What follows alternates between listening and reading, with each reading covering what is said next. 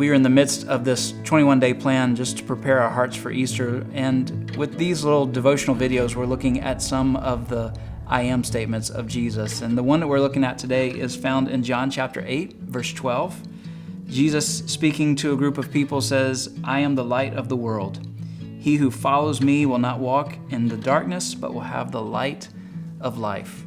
Jesus said that he is the light of the world. I love what's going on around this. Jesus is in Jerusalem. He has just come out of the Feast of the Tabernacles, and we know that during this Second Temple period that there were these giant menorahs outside the courtyard in the Second Temple of Jerusalem. Really, they were 70, 80, 90 feet high. They would have been able to be seen from all over the city. So when Jesus says, "I am the light of the world," people would have seen these perhaps in the sky behind him. They would have been thinking about these menorahs as he's speaking. Now, it's not so important that we're talking about menorahs and the kind of Jewishness of this, and I'm not an expert in Hanukkah and everything that happened in the time of the Maccabees. I'm not talking about that. I'm just talking about the sheer light.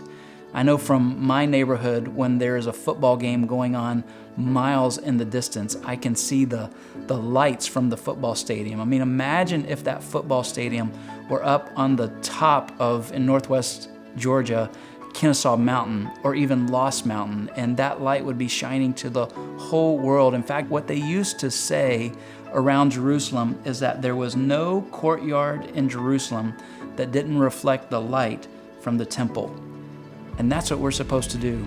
We're supposed to reflect the light from Jesus. I think this is some of what the Apostle Paul was thinking of when in 2 Corinthians chapter 3, verse 18, he says, "But we all with unveiled face, beholding as in a mirror the glory of the Lord, are being transformed into the same image from glory to glory, just as from the Lord the Spirit."